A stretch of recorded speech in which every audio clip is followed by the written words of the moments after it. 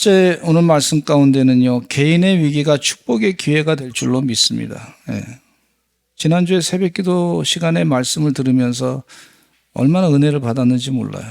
요한복음에 보니까 오늘 본문 말씀에 날 때부터 맹인된 사람이 있었는데 이 날 때부터 맹인된 사람을 제자들이 보면서 예수님께 물었습니다. 라삐어, 이 사람이 맹인으로 난 것은 누구의 죄로 인함이니까? 자기니까 부모이니까? 이렇게 얘기했어요. 자기 때문에 그랬습니까? 아니면 부모님 때문에 그랬습니까? 내가 어려운 것이 이 사람 때문에 그런 겁니까? 저 사람 때문에 그럽니까? 뭐 그렇게 묻습니다. 내가 어려운 것이 내 부모 때문에 힘든 겁니까? 아니면 이 세상이 그렇습니까? 뭐 이러면서 질문을 던지는 경우가 많이 있습니다. 어느 정치인이 뭐 잘못했습니다. 뭐 이렇게 또 많이 얘기하고 이 사람이 잘못했습니다. 이 사람 정책이 잘못됐습니다. 뭐 이렇게 얘기를 많이 하는 경우가 많이 있어요. 남에게 피해를, 남의 책임을 자꾸 전가하는 그런 모습을 볼 수가 있는데 여기 예수님께서 답변하시기를 이렇게 분명히 말씀하십니다. 이 사람이나 그 부모의 죄로 인한 것이 아니라 그에게서 하나님 하시는 일을 나타내고자 하심이라 그랬어요. 이 맹인은요, 인생의 큰 위기를 맞았죠. 날 때부터 소경이니까 깜깜하단 말이죠. 세상이 그런 줄 알고 있었어요. 깜깜한 세상 가운데 답답하고 절망 가운데 있는데 사람들은 그 상황을 보면서, 그 절망적인 상황을 보면서 이 사람 때문에 그렇습니까? 아니면 부모 때문에 그렇습니까? 저 사람 때문에 그렇습니까? 뭐 그러면서 자꾸 비난하는 걸 볼 수가 있어요. 근데 예수님께서 그거를 생각을 확 바꾸게 하는 걸 볼 수가 있어요. 하나님이 하시는 일을 나타내고자 하십니다. 한번 따라서 하실까요? 하나님이 하시는 일을 나타내고자 하십니다. 예. 이건 완전히 새로운 개념이에요. 새로운 개념. 예. 율법으로는 이 사람 때문에 그렇습니까? 저 사람 때문에 그렇습니까? 아니면 부모 때문에 그렇습니까? 누구 죄 때문에 그렇습니까? 이렇게 묻는데 아니야. 하나님이 하시는 일을 나타내고자 하는 거야. 우리 시각을 완전히 바꾸는 메시지를 우리 하나님께서, 예수님께서 해주시는 걸 볼 수가 있어요. 우리 사랑하는 성도님들도 어려움 당할 때 불평과 원망하지 마시고 하나님이 하시는 일을 나타내고자 하시는 뜻이 계시다 이렇게 생각하시고 하나님 은혜 가운데 축복의 기회로 삶을 바꾸시기를 간절히 축원합니다. 그러니까 예수님께서 진흙을 이겨가지고 침을 뱉어가지고 진흙을 이겨가지고 그 눈에 발라가지고 실로암 못에 가서 씻으라. 그래서 실로암 못에 가서 씻으니까 그 눈이 싹 밝아지게 됐어요. 근데 날 때부터 소경된 사람은 어떤 사람이냐면 눈이 없는 사람일 수도 있어요. 눈이 없는 사람. 그러면 예수님이 치료하시는데 치료가 아니라 눈을 창조하신 거라고 보시면 됩니다. 눈을 말이죠. 없는 세포를 만들어가지고 눈이라고 하는 기관을 만들어가지고 새롭게 바꾼 줄로 믿습니다. 그래서 여러분 위기가 닥쳤을 때 하나님이 나에게 큰 뭔가 축복의 기회를 주시고자 하시는 계획이 있다. 이렇게 생각하시는 것이 믿는 자의 자세인 줄로 믿습니다. 예를 들자면 어떤 분이 말이죠. 갑자기 심장에 이상이 생겼어. 병원에 갔더니 병원에서 스텐스 시술해가지고 살아났어. 그래서 살아났는데 이분이 말이죠. 평소에 습관 가운데 뭐가 있냐면 담배를 참 좋아하셔가지고 피시던 분인데 의사 선생님이 이제는 담배를 피시면 안 됩니다. 끊어야 됩니다.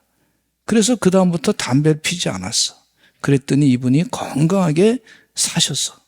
그러면 이분에게는 위기가 오히려 축복이 되는 줄로 믿습니다. 그런 역사가 있단 말이죠. 사람에게는 누구든지 위기가 닥쳐옵니다. 경제적인 위기도 있고 군사적인 위기도 있고 외교적인 정치적인 관계적인 나라의 위기 뭐 육체적인 병의 위기 영적인 위기 이런 위기가 있는데 그때마다 위기를 기회로 삼는, 축복의 기회로 삼는 하나님의 종들이 돼야 될 줄로 믿습니다. 예수님께서, 하나님께서 우리에게 위기라고 하는 것을 다 알고 계시는데 그 위기를 하나님을 만나는 축복의 기회로 삼으라고 그렇게 성경 말씀은 계속해서 메시지를 주고 계시는 것을 볼 수가 있어요.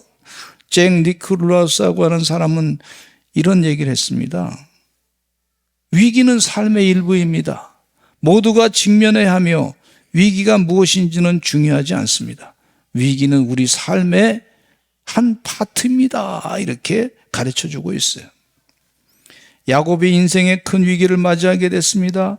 고향 땅에 떠났다가 20년 만에 다시 고향 땅으로 돌아오게 됐는데 형 에서가 400명의 군사를 거느리고 자기에게 오면은 죽이겠다고 기다리고 있는 거예요. 죽이겠다고. 여러분, 사람을 나를 죽이겠다고 기다린다고 하는 얘기 들으면요, 기분이 참 힘듭니다. 스트레스 엄청 받습니다. 나를 죽이겠다 그러는데 내가 죽이겠다. 여러분, 혹시 누가 기분 나빠도 내가 죽여버리겠다 이런 얘기 하지 마시기 바랍니다. 따라서 합시다. 죽여버리겠다. 그런 얘기 하지 말자. 괜히 그런 얘기 하지 마세요. 뭐 여자분이 말이죠. 죽여버리겠다 그러면 더 무서운 경우가 있어요. 무서워. 그래도 우리 다행히 아내는 지금까지 수면제를 안 넣어서 얼마나 건조한지 몰라. 살려주셔서 감사합니다. 근데 야곱이 위기를 겪었대. 그럴 때 어떻게 해요? 뭐 재산이고 뭐고 자기 생명이 제일 중요한 거 아닙니까? 그러니까 야복강을 다 건너게 하고 다 그냥 재산도 다 가축들 다 건너게 하고 자기 아내도 건너게 하고 또 하인들도 다 건너가게 하고 그렇게 한 다음에 자기는 불안해가지고 말이죠. 못 건넜어요. 야곱이 가만히 보니까 겁쟁이야, 겁쟁이. 좀 이 성경 보면요, 신앙의 인물 가운데 우리가 볼 때 약간 좀 치사한 분들도 좀 보여요. 그런 행동이 있는 그대로입니다. 겁이 나니까, 겁쟁이니까 어떻게 하나님을 의지할 수밖에 없지 않습니까? 이 겁쟁이가 오히려 하나님을 의지하게 되는 줄로 믿습니다. 저도 겁이 많은 사람 중에 한 사람이에요. 그래서 그럴 때마다 하나님을 의지해요. 하나님 도와주세요.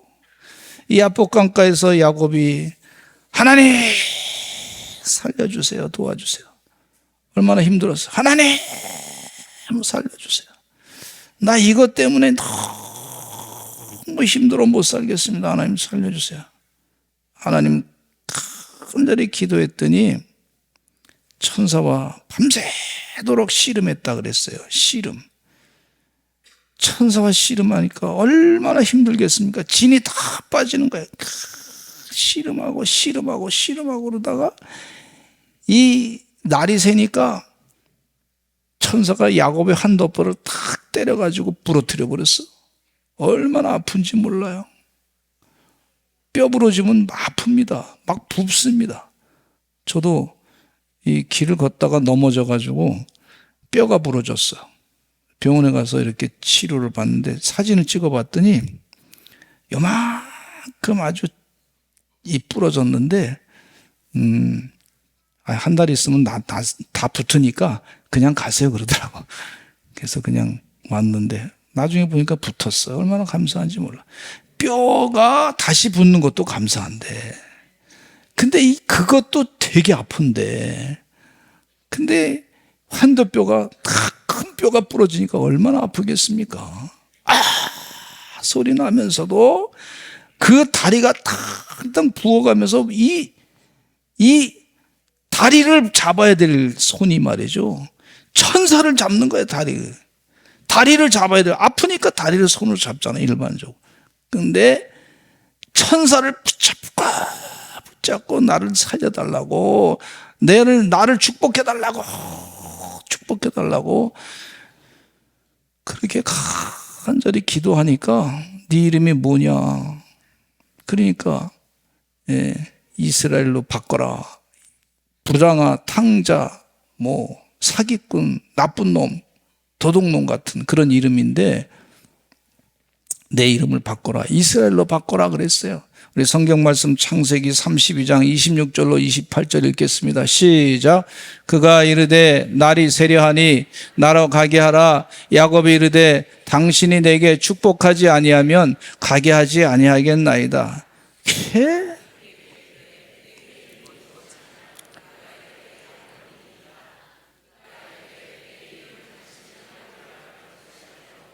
이스라엘아 부를 것이니 이는 네가 하나님과 및 사람들과 겨루어 이겼음이니라. 하나님과 사람들과 겨루어 이겼다. 뭘로 이겨요? 하나님을 끝까지 붙잡은 걸로 이긴 줄로 믿습니다. 야곱이 뭘로 이겼어요? 자기 힘으로 이겼습니까?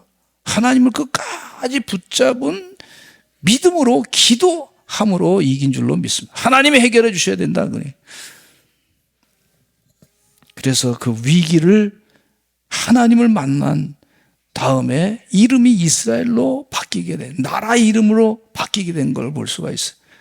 위기를 축복의 기회로 바꾸는 역사가 있었던 걸 볼 수가 있습니다. 요셉의 인생의 위기는 형들이 미워하고 자기를 우물 속에 빠지게 했습니다. 애굽의 노예로 팔려가게 됐습니다. 13년 동안이나 애굽의 노예 생활을 했습니다. 너무나 힘들었습니다. 억울하게 감옥에 들어가게 됐습니다. 억울하게 환경이 너무너무 힘들어 억울하게 됐어요. 그러나 끝까지 그가 하나님을 의지함으로 말미암아 하나님께서 중간중간 형통하게 하신 것은 경험했지만은 나중에 때가 되니까 바로왕 앞에 서가지고 바로왕의 꿈을 해석을 해주고 애굽의 제2인자가 되는 놀라운 축복의 기회로 하나님께서 바꿔주신 것을 볼 수가 있어요. 이런 은혜가 우리 사랑하는 성도들에게 늘 임하시기를 간절히 축원합니다. 미국 사람들이 존경하고 있는 아브라함 링컨 대통령은 사실 많은 실패 경험을 했던 사람이었어요. 인생의 위기를 많이 겪었던 사람이었어요.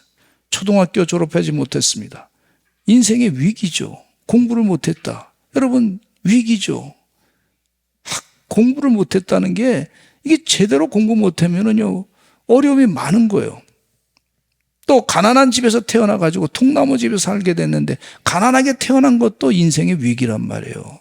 누구 나를 도와줄 사람이 없다는 얘기입니다. 어머니가 돌아가셨다는 것도 위기예요. 아버지가 재혼했는데 그 어머니까지도 돌아가셨어. 그분은 신앙이 좋으신 하나님 말씀을 잘 믿었던 분인데 성경책을 그에게 선물로 주고 유산으로 주고 성경책 말씀을 읽으면서 그대로 살아라 그랬는데 그 어머니가 돌아가셨어. 또 위기야.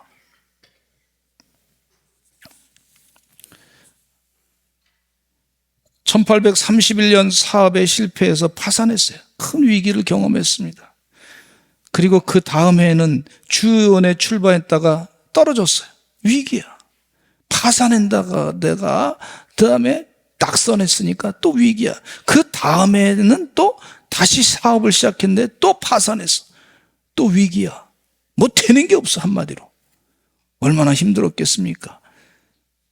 1834년에는 주의원에 그래도 당선이 됐어.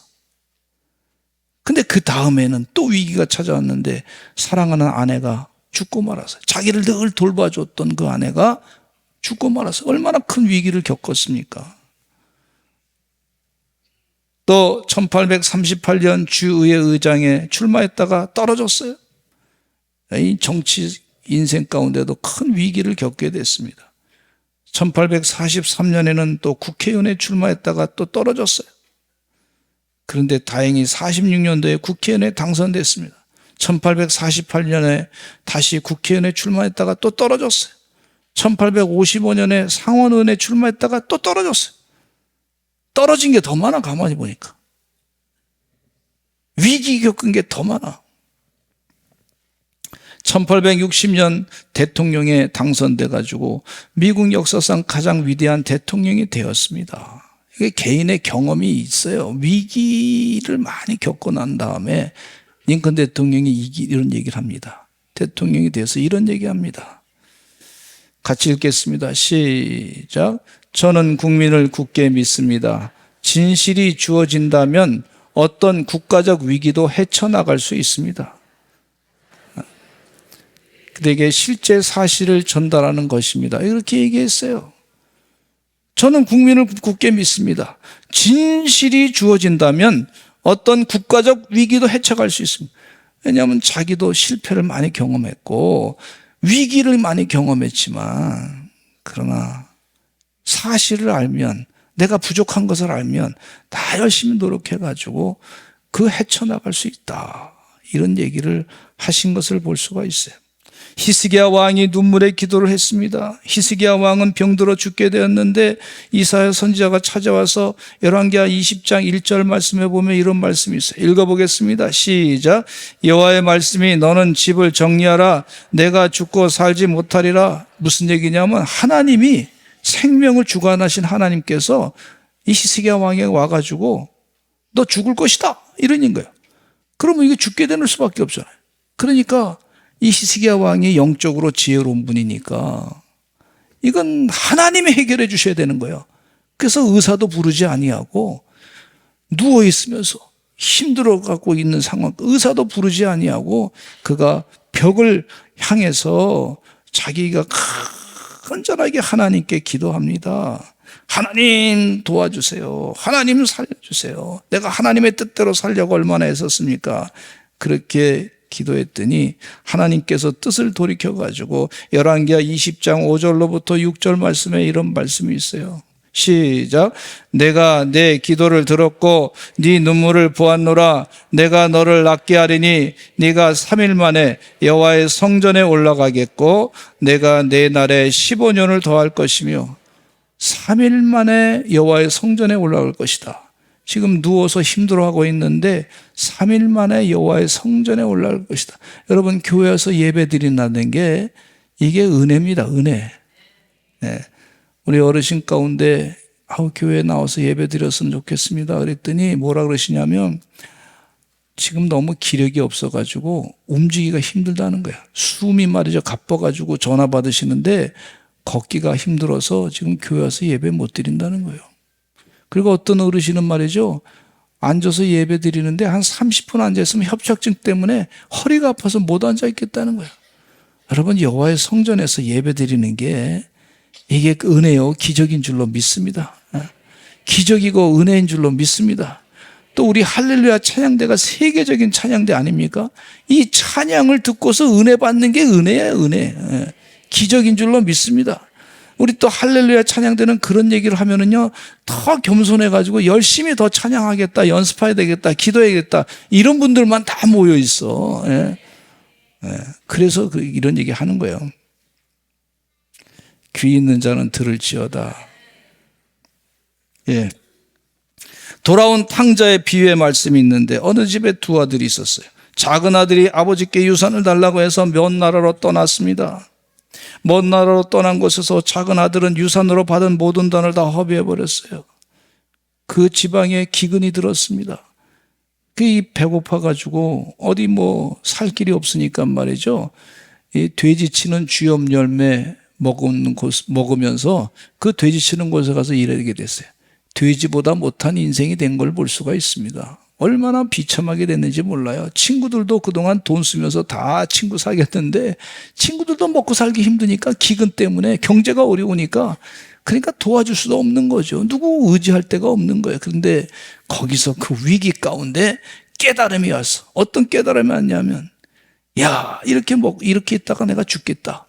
내가 아버지 집에 가면 먹을 것이 있는데 아버지 집에 가가지고 품꾼 하나로 써줘서 내가 살 수 있을 것이다. 그렇게 하면서 아버지 집에 돈 많이 쓰고 다 버렸으니까 혼날 수도 있지만 그래도 아버지 집에 가야겠다 깨닫고 돌아가는데, 아버지가 말이죠, 멀리서 바라보면서 아버지가 막 뛰어와가지고 아들을 보자마자 말이죠, 막 입에 입 맞추고 너무 반가워가지고 그 돼지 냄새 나는 그 아들을 탁 안아주고, 그리고 목욕을 시키라 그러고 예복 옷을, 좋은 옷을 입히라 그러고 가락지를 끼워주고 아들의 권위를 다시 세워주는 거야. 예. 그리고 난 다음에 그 가락지 끼워주고 동네 잔치를 벌이네. 그러니까 아버지 마음이 어떻겠습니까? 얼마나 죽었다가 살아 돌아온 내 아들이 너무나 기쁘다 그러면서 그 아들을 다 안아주는 것을 볼 수가 있어요. 여러분, 이 아들에게 있어서 기근은요, 축복이었어요, 축복. 기근은 축복이고 배고픈 그 생활은 축복이었어요. 아버지께로 온전히 돌아가는 축복의 역사가 있었던 걸 볼 수가 있어요. 그 위기가 회복하는, 아들로서의 권위를 회복하는 그런 축복의 역사가 있었던 걸 볼 수가 있습니다. 우리 교회 어느 권사님이 열심히 일하고 있는데, 아니 그냥 그 가게가 불이 나버렸어. 그래서 불이 나가지고 그게 이제 이 무허가 건물이니까 뭐 보상도 하나도 못 받고 그냥 나오게 돼. 어머, 억울해. 억울. 얼굴에 와서 보니까 다 써있어. 억울. 근데 다시 자리를 기도하면서 자리를 다른 자리로 이렇게 옮겨가지고 가게를 냈는데 세상에 한 3개월 만에 그 억울 했던 것이 다 갚게 되고 말이죠. 다 해결하고 그렇게 됐어요. 하나님이 일하십니다. 그래서 하나님이 역사하는 것을 이 위기 가운데 체험한 걸 볼 수가 있어요. 계속 그 신앙을 가지시기를 간절히 축원합니다. 두 번째는요, 민족의 위기가 축복의 기회로 되는 줄로 믿습니다. 하만 장군이 유대인을 다 죽이려는 계획을 갖고 있었어요. 수상궁에 사는 유대인들이 큰 위기를 맞았습니다. 이때 모르드게가 에스더에게 말합니다. 에스더는 바사 제국의 왕으로서 지위를 갖고 있어서 수산 궁전에 살고 있었습니다.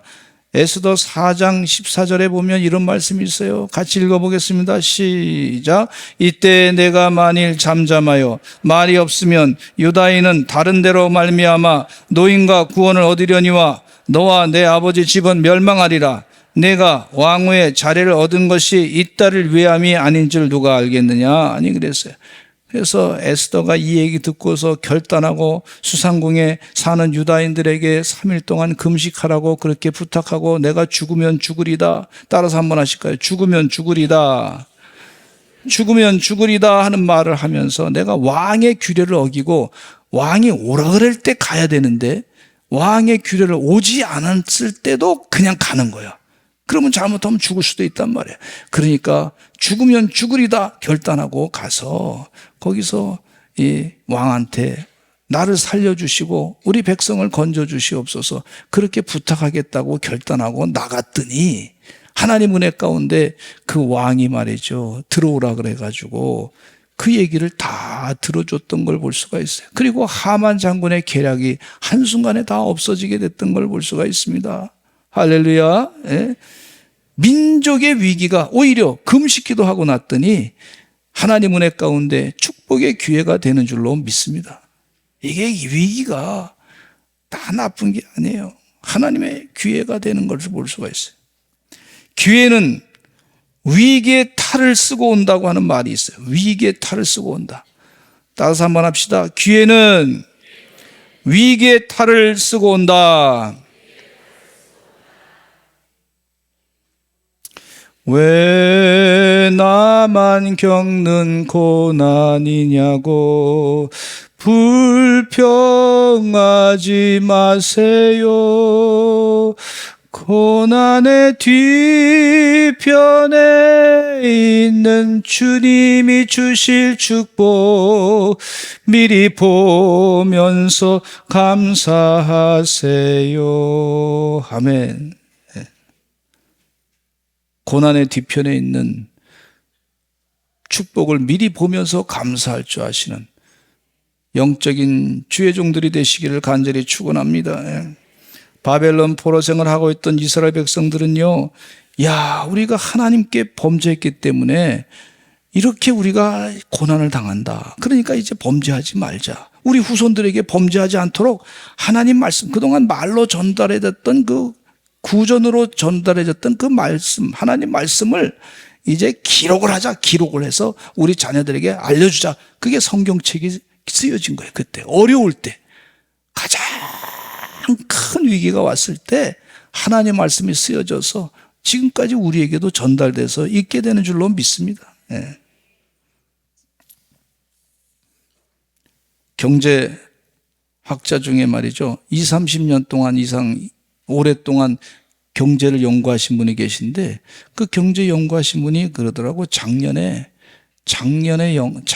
바로 IMF 때하고 똑같은 그런 상황이었다는 거예요. 금리가 확 올라가가지고 갑자기 환율이 막 뛰어가지고 1,500원대까지 가는. 그리고 1,600원대까지 가면 그때 우리 대한민국 경제 완전히 IMF 구제금융을 받아야 될 판인데 1,500원대까지 거의 근접했다가 거기서 쭉 이렇게 위기를 살짝 건넜다는 거예요. 근데 그때 왜 그런가 그랬더니 한국 기업체와 한국 사람들이 한번 고생한 적이 있잖아요. 97년도에 얼마나 고생했습니까? 그때요, 여기 그때 안 계신 분도 계세요. 근데 그때 어떤 상황이냐면 서울역에 노숙자들이 말이죠. 그냥 이렇게 판자떼기 깔고서 거기서 자는 사람들이 뭐 수백 명씩이나 몇백 명씩 있었어요. 몇백 명씩. 세상에 나라가 말이죠. 아주 엉망이 돼버렸어요. 직장 다 잃어버리고 좋은 기업체 다른 나라 와가지고 막 싼 값에 사가지고 가고 막 그냥 그러니까 나라 돈이 다 거덜나고 말이죠. 근데 하나님께서 한번 그런 위기를 겪고 났는데 그때도 제가 보니까 IMF 그 전에 보니까 어떤 일이 있었냐면 직장 생활 하시는 분들이요. 직장에 출근해가지고 한두 시간 일하고 그 다음에 나가서 말이죠. 친구들하고 다방 가서 차 마시고 그 다음에 저녁 또 같이 놀고 저녁 시간에는 또 회식하고 뭐 그런 분위기가 있었어요. 그러니 이게 생산성이 좋아질 리가 없고 어떤 사람이 경제가 어렵다 그러면 또 그냥 막 이유 없이 그냥 막 채용하고 그런 분위기의 나라였어요. 그러니까 이게 생산성은 완전히 약하고 떨어진 그런 상태였었는데 그런 상태에 IMF 한번 크게 맞고 큰 고통을 호되게 경험하고 난 다음에 그 위기를 겪고 난 다음에 작년에 IMF 같은 그런 경제적인 충격이 왔을 때에도 그거를 극복할 수 있는 능력이 있었던 것은 그럼 한번 위기를 겪고 난 다음에 보니까 이건 준비해야 되겠다. 그냥 미리 다 준비하고 달러를 잘 준비해 놓고 그 다음에 안전자산에다 다 투자해 놓고 그리고 생산성을 높이고 그리고 조심하고 또 조심하고 그러니까 그 위기를 작년에 극복한 거예요. 아멘. 100만 명의 사람들이 매일같이 하나님께 기도하니까 새벽마다 기도하니까 위기를 극복할 수 있는 지혜를 하나님이 주신 줄로 믿습니다.